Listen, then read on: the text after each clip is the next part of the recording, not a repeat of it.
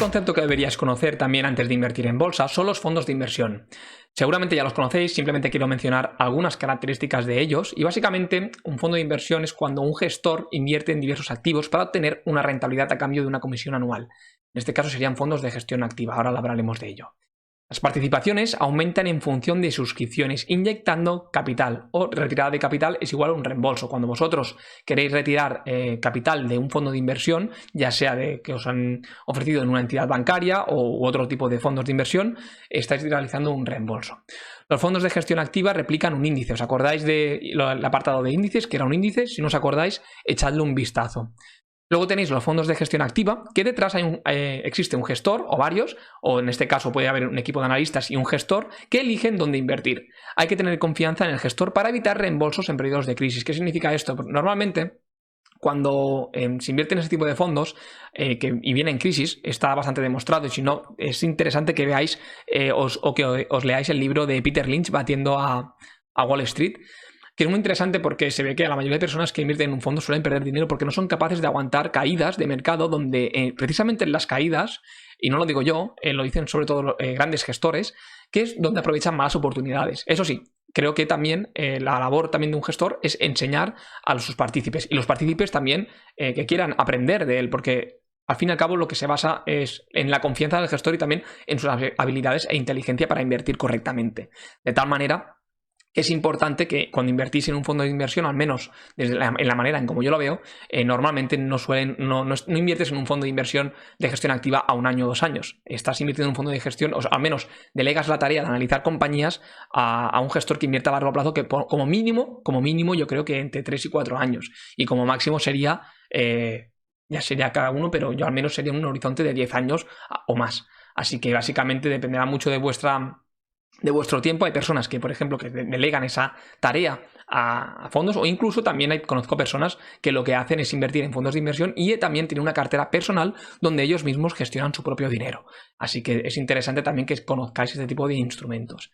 Sí, que sepáis que se tarda de 2 a 3 días en inyectar capital o realizar un reembolso, y te cobran comisión de manera fija normalmente, y no te cobran por retirar, aunque depende del fondo te pueden llegar a cobrar. Hay fondos que, por el mero hecho de como tienen su filosofía de invertir a largo plazo, si por ejemplo estás retirando en un capital que has inyectado en 1 año o 2 años o antes de 3 años, te pueden penalizar con una comisión. ¿Por qué? Porque lo que hacen es, ya te avisan, por supuesto, eso te lo dicen antes de invertir, que cuando tú inviertes tienes la condición de que como mínimo tengas que estar ahí 3 años, que por alguna razón tienes que retirar el dinero antes o por una situación personal o lo que sea, te van a penalizar porque estás perjudicando, digamos, a la filosofía del fondo, al modelo de inversión que tiene el fondo de inversión.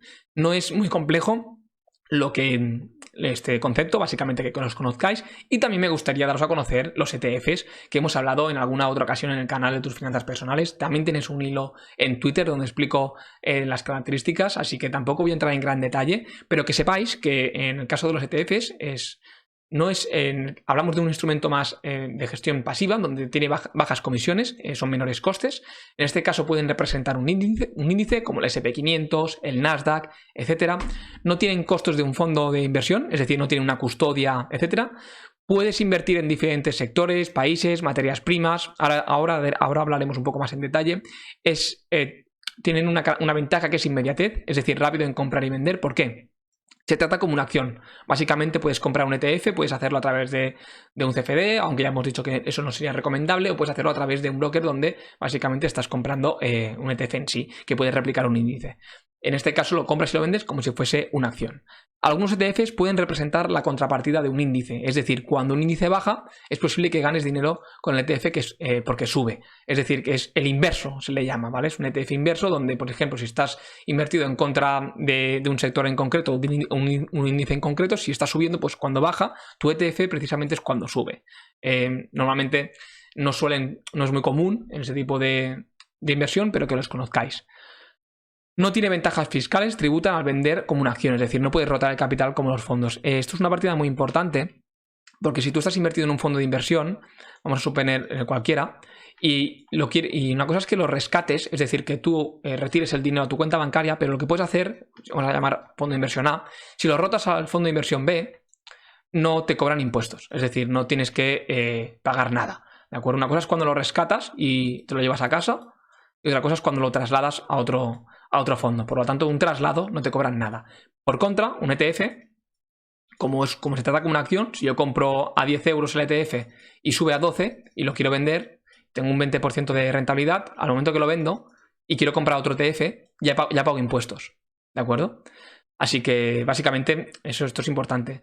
Hago una nota muy importante: a veces los fondos solo invierten en ETFs y te cobran comisiones por ello. Hay entidades bancarias que te venden productos. Esto incluso tengo un vídeo en el canal de YouTube donde os dejaré aquí arriba el enlace, que hablo sobre ello. Hay fondos donde entidades bancarias que te ofrecen un producto de un fondo de inversión y luego te das cuenta que las posiciones pues son un ETF del SP500, un ETF, yo que sé, me lo invento, materias primas y poco más. Y eso básicamente es lo que podrías hacer tú.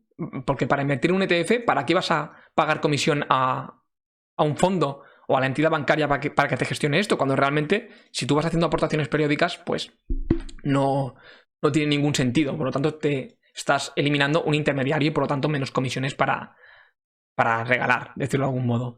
Aquí entraremos también, podríamos hablar también de varias cosas, como por ejemplo la estrategia de aportación periódica. Esto hemos hablado varias veces en el canal también.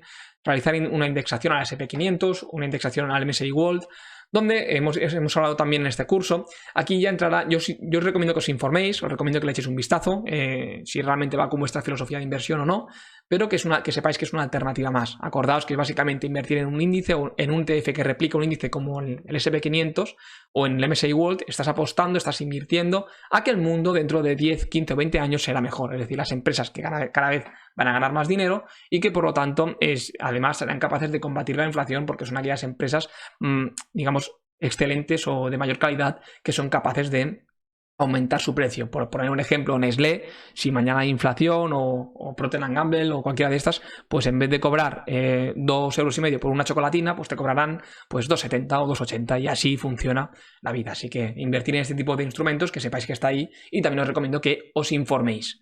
Ya sabéis que todo lo que menciono en el canal y en este curso no es una recomendación ni de compra ni de venta de ningún instrumento, sino todo lo que estoy mencionando tiene un carácter totalmente educativo y lo sabéis de sobras. Si te está aportando valor este vídeo, recuerda que por el simple hecho de darle me gusta, ayudas a que siga compartiendo contenido en el canal. Además, recordarte que puedes unirte a nuestras redes sociales, tales como canal de Telegram, Instagram, Twitter y demás. Te dejaré los enlaces en el primer comentario fijado de este vídeo o en la descripción del vídeo en sí. Por último y no menos importante, si quieres que te enviemos una guía PDF totalmente gratuita donde resumimos la gran mayoría de conceptos que explicamos en este curso, simplemente te tienes que registrar en el apartado inscripciones curso gratuito, que te dejaré el enlace en el primer comentario fijado de este vídeo. Por poner un ejemplo, aquí tenéis un ETF, en este caso el SPDR, el SP500, principalmente es el que replica el SP. Os he puesto, en este caso es una imagen de Giro, para que veáis que simplemente es buscar, porque podéis preguntar ¿dónde encontramos esto? ¿No? Pues básicamente os podéis encontrar, también hay plataformas como Investing, etcétera, donde buscáis el código ISIN y os saldrá, ¿vale? El código ISIN es ese código que determina el número que tiene cada instrumento, cada acción, cada empresa, mejor dicho, o cada instrumento financiero, como por ejemplo un ETF, que lo determina único. Llegamos al apartado de renta fija, donde aquí creo que simplemente seré muy breve, simplemente para que lo conozcáis, y que hemos hablado también anteriormente que podemos invertir en diferentes instrumentos. ¿Os acordáis al principio del curso que clasificábamos la renta variable y la renta fija? Donde principalmente son los bonos. Son valores negociables que emiten las empresas, estados, etcétera, para financiarse a corto, medio y largo plazo, como hemos visto. Hay los bonos las letras del tesoro, bonos y obligaciones, etcétera. Aquí tenéis un poco una imagen extraída de la web del tesoro.es, y también tenéis la fecha de vencimiento, el cupón y lo que cada instrumento que consiste. Pues un bono a 3 años, un bono, como veis, los tipos de interés son prácticamente ridículos, así que por eso hemos dicho al principio que, teniendo en cuenta la política monetaria actual, pues no nos ofrecen una rentabilidad atractiva. Existen varios tipos de renta fija, pues como hemos comentado, bonos estatales, letras del tesoro, pagarés. Se pueden comprar y vender durante el periodo de emisión. Estos instrumentos no tienen tanta volatilidad como la renta variable, por norma general. En una empresa los acreedores cobran antes que los accionistas, es decir, los bonistas tienen preferencia frente al riesgo de quiebra. Es decir, si una empresa quiebra, antes cobrará, si liquidan la empresa, antes cobrarán los bonistas que los accionistas. Esto tenedlo presente siempre. La inflación afecta directamente en los bonos y si coges un bono al 1,5% y la inflación sube por encima de ello, estás perdiendo capital.